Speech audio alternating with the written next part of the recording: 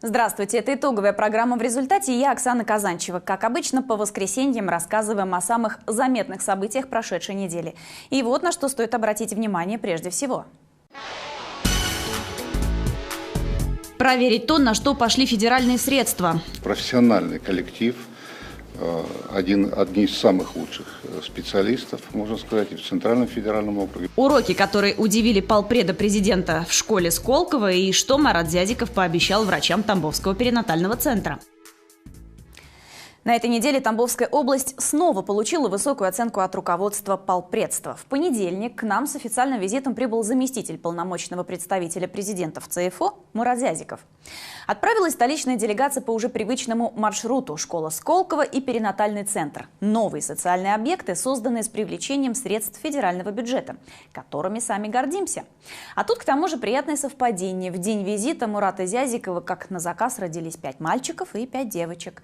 Заместитель полпреда президента в ЦФО отметил, что благодаря созданным условиям в регионе снижается младенческая и материнская смертность.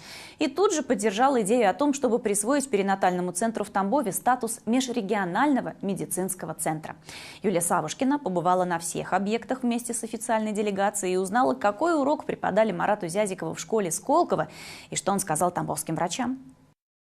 Школа Сколково-Тамбов – отправная точка путешествия. Ее стены приняли первых учеников всего полгода назад. Но и этого времени хватило для того, чтобы об этой школе заговорили далеко за пределами нашего региона. При разработке концепции этой школы мы ориентировались на IT-технологии. Поэтому здесь через все предметные явления IT-технологии проходят сквозную линию.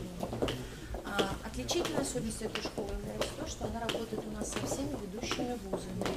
Она не похожа на те школы, к которым мы привыкли, но это не элитное учебное заведение. Ее ученики – обычные тамбовские дети, которые могут посетить не просто столовую, а интернет-кафе, где подают кислородные коктейли, которые имеют возможность совершенно бесплатно, не отрываясь от учебного процесса, заниматься в тренажерном зале и познавать науку, играя, например, на арфе без струн.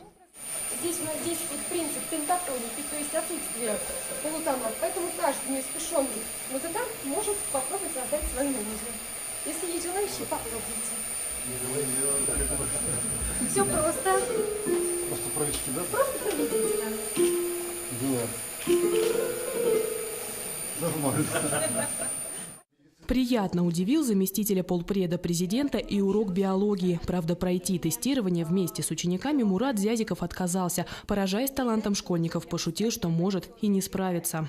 Покидая стены школы, Марат Зязиков, между прочим, доктор философских наук, пообещал поделиться с этим учреждением собственными книгами. А это значит, что все эти качества у учеников школы Сколково будут только приумножаться. А это уже то место, благодаря которому приумножается население региона – перинатальный центр. Между прочим, единственный из 15 в ЦФО, которые построили в срок. Вот уже 2 месяца здесь творят настоящие чудеса. При рождении этот кроха весил всего 410 граммов. И это при том, что масса в полкилограмма считается критической. В центре малыш заметно прибавил в весе и, согласно исследованиям, вырастет совершенно здоровым. А это Артем Артемович родился в один день с папой. Так спешил поздравить отца с днем рождения, что появился на свет немного раньше срока. Второй ребенок у меня очень поспешил родиться на свет. Родился с экстремально низким весом, килограмм 150 у нас было. Конечно, огромная благодарность всему персоналу перинатального центра. Они действительно спасли жизнь моего ребенка. Наталья Титова в профессии 25 лет, но не могла и подумать, что когда-нибудь сможет работать на подобной аппаратуре. Объемная реконструкция позволяет не только определять патологии на ранних сроках, но и как следует узнавать малыша еще до его рождения. Позволяет нам изучать не только внутри органы, но и делать поверхностную реконструкцию, в частности лицевой структуры. Вот видите, как смотреть хорошо. Видно, что все тут в порядке у этого малыша. Ну и плюс еще... Какой дополнительный, я уже говорю, повернули к женщине, показали ей, она посмотрела, познакомилась со своим ребеночком и очень даже довольна. Пациентками перинатального центра уже стали 154 женщины. Сейчас здесь 93 пациентки. Оборудование самое современное и суперточное. И при этом в основном отечественного производства. Все специалисты имеют международные сертификаты и регулярно проходят курсы повышения квалификации. Я его уже видел именно в этом исполнении, в таком суперсовременном, со всеми боксами, со всеми реанимационными палатами, отделениями.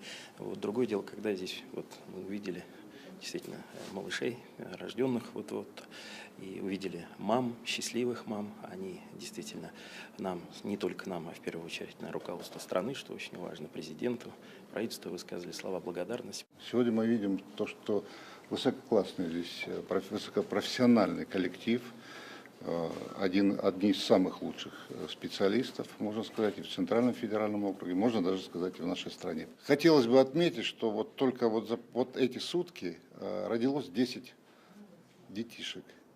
Из них 5 мальчиков, 5 девочек. Так будет и дальше. А дальше будет еще плодотворнее. По словам Александра Никитина, Тамбовский перинатальный центр может стать межрегиональным. То есть волшебники, работающие здесь, будут помогать мамочкам и малышам из Липецка и Воронежа, где пока нет таких перинатальных центров. Юлия Савушкина, Павел Юрасов, Николай Иванов, Илья Демин, Инга Андреева. Специально для итоговой программы «В результате».